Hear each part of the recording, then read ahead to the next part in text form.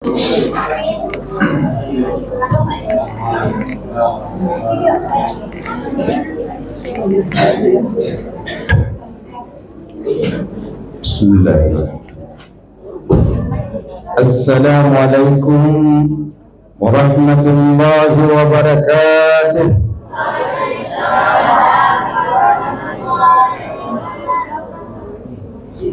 Alhamdulillah, alhamdulillahillazi anzala sakinata fi qulubil mu'minin liyazdadu imana ma'a imanihim. Asyhadu an la ilaha illallah wahdahu la syarika lah wa asyhadu anna sayyidana Muhammadan abduhu wa rasuluh sallallahu alaihi wasallam. Allahumma fassalli wa sallim ala sayyidina Muhammad wa ala alihi athhar wa ashabihi al-akhyar adada ni'ami ifdalih. Amma ba'du fa ya ibadallah, usikum wa nafsi bitaqwallah. Ittaqullaha haqqa tuqatih wa la tamutunna illa wa antum muslimun.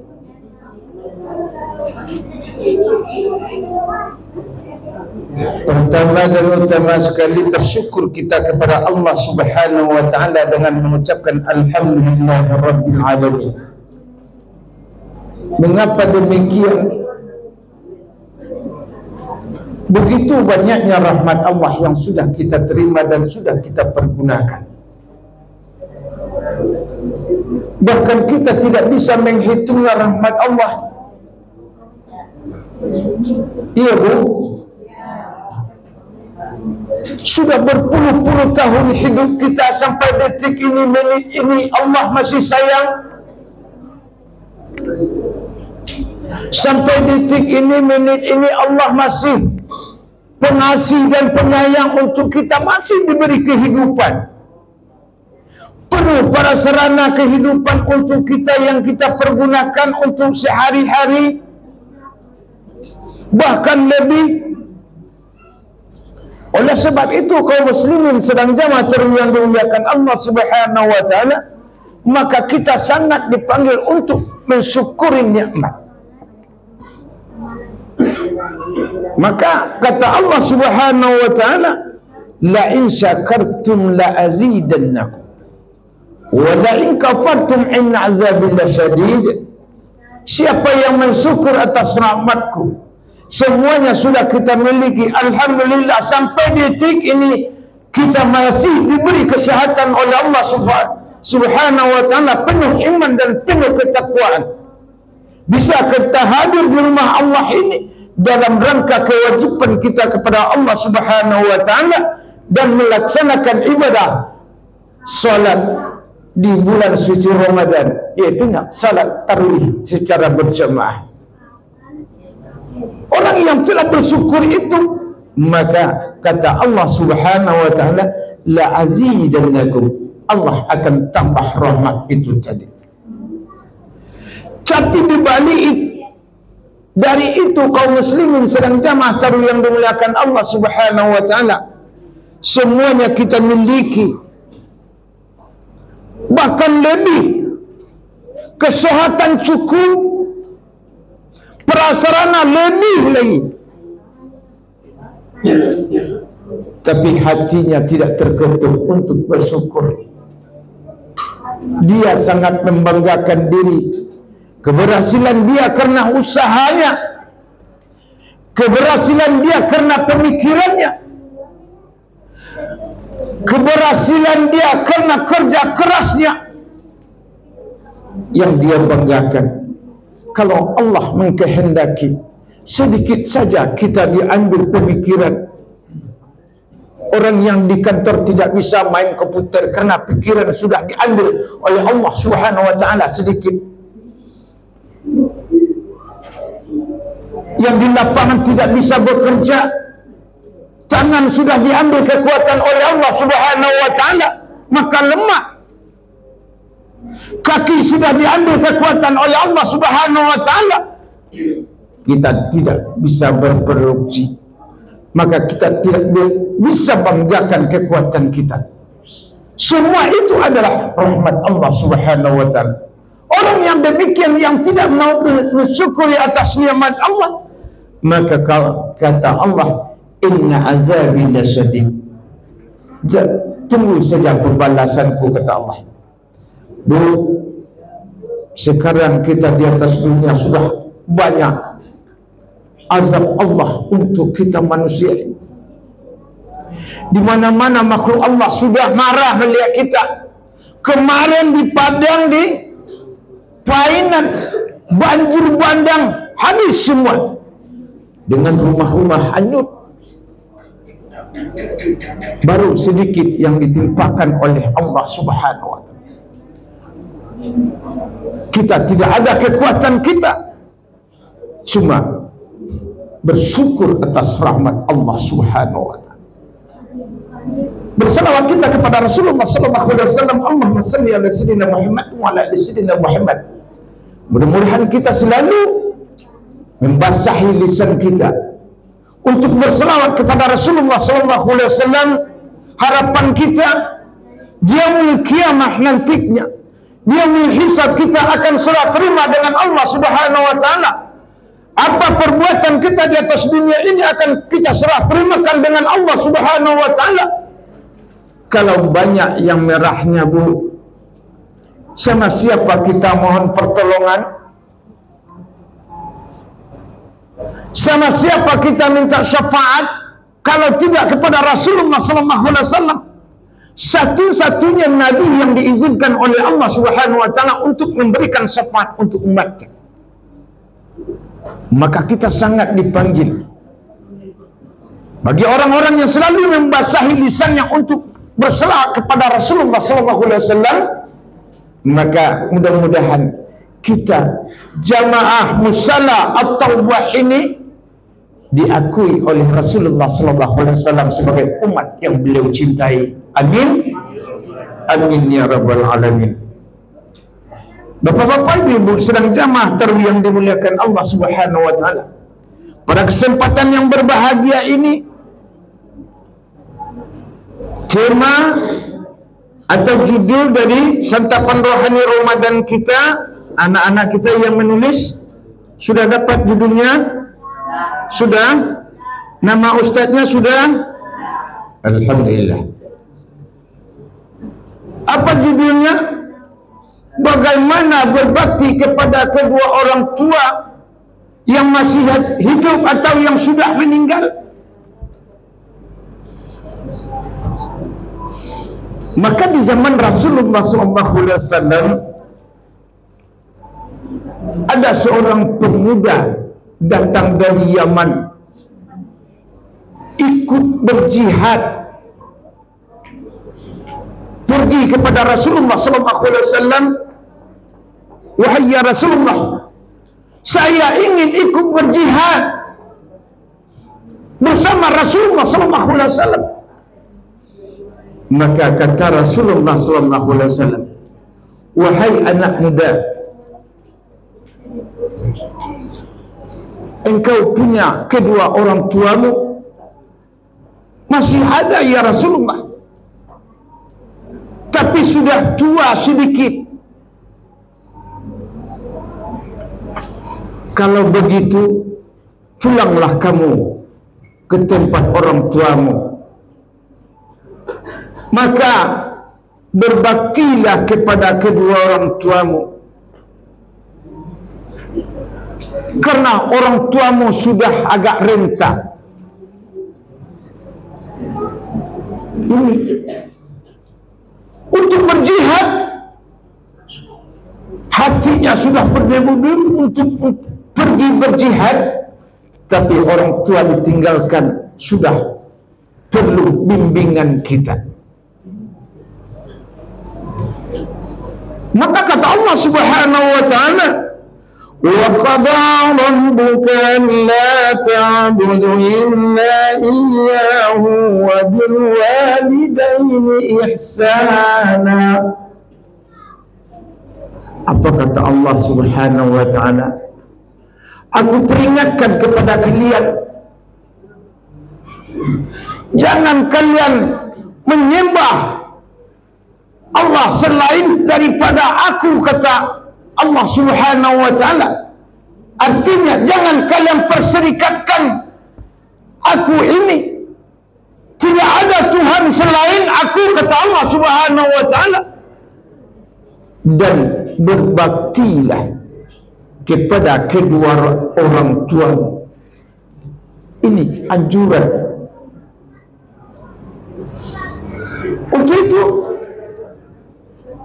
kaum muslimin sedang jamaah tahun yang dimuliakan Allah Subhanahu wa ta'ala, maka untuk berbakti kepada kedua orang tua itu sangat wajib. Ya Bu, ambolah tua, tentu orang tua ambolah lama meninggal, kan macam itu Bu. Ya Bu, sudah lama meninggal karena kita sudah tua, mau pergi pula lagi. Bagaimana? Apa kata Rasulullah sallallahu alaihi wasallam? Kau doakan dia, kau ziarahi kuburnya, mohon kepada Allah Subhanahu wa ta'ala diberi perlindungan untuk kedua orang tuamu. Doa lantunkan kepada Allah Subhanahu wa ta'ala. Kalau kita kenang bagaimana orang tua kita, bagaimana bapak dan bagaimana ibu, mana yang tinggi di hadapan Allah Subhanahu wa ta'ala peringkatnya dari bapak-bapak dengan ibu. Di dalam agama, ar-rijalu qawwamu 'alan nisa, dengan perasaan yang akan ditimpa oleh kehidupan yang dirasakan adalah banyak yang dirasakan ibu. Ya Bu, kami yang laki-laki kok kadang-kadang tahu mencari badai saja Bu. Tapi bagaimana anak? Bagaimana membimbing anak? Ini ibu-ibu kepada anak-anak kita. Ada seorang pemuda bertanya kepada Rasulullah sallallahu alaihi wasallam, "Wahai ya Rasulullah, sama siapakah saya berbakti?" Maka jawab Rasulullah sallallahu alaihi wasallam, "Wahai anak muda, kepada bapa atau ibu, karena bapa ar-rijalu qawwamu 'alan nisa."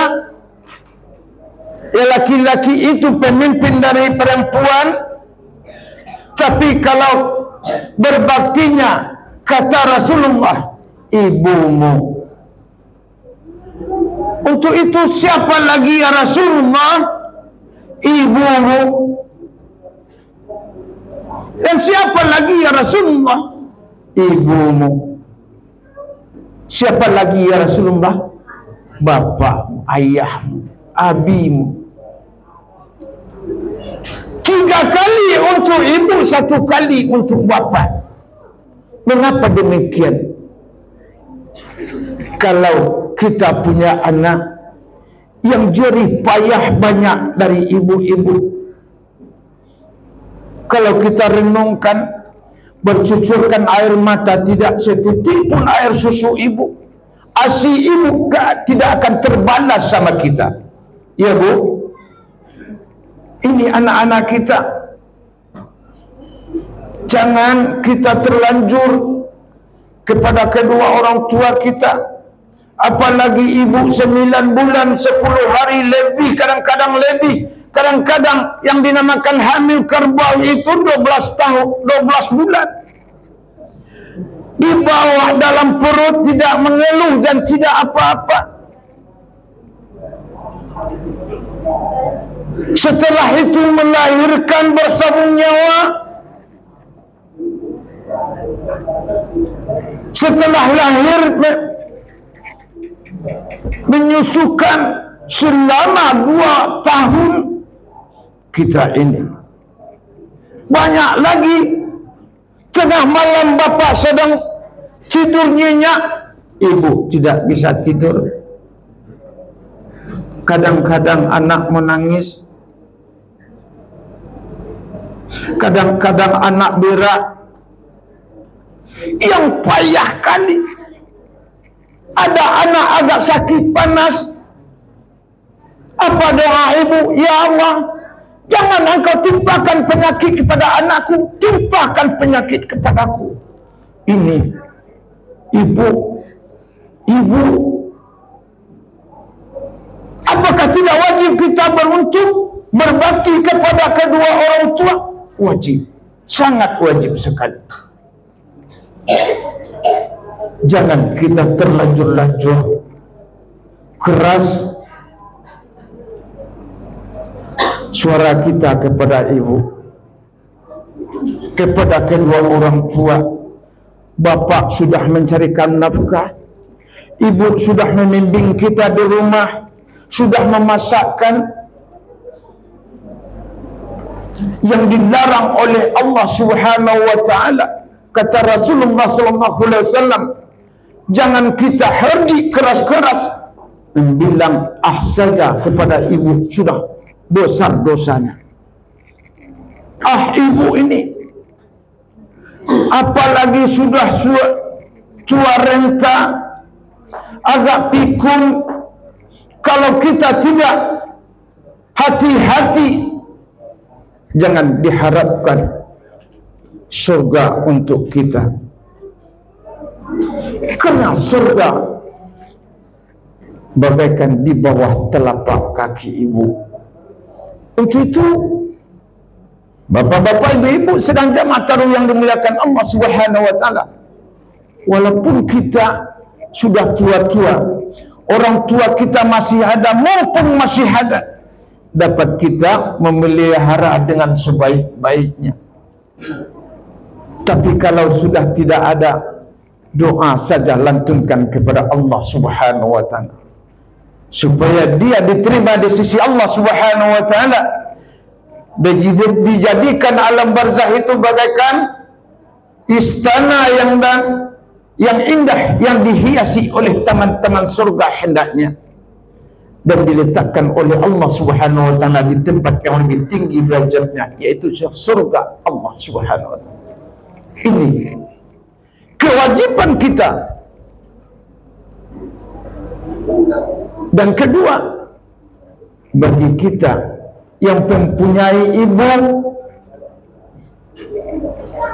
pelihara ibu kita, tanggung jawab kita. Dulu dia yang kita dikasih makan sama ibu, sama ayah. Sekarang ayah dan ibu sudah tua, tidak ada produksi dan tidak bisa lagi, kadang-kadang sudah pikun. Kita sebagai anak, jangan sia-siakan orang tua. Kalau mencari keridaan Allah, rida biwalidain wa rida Allah.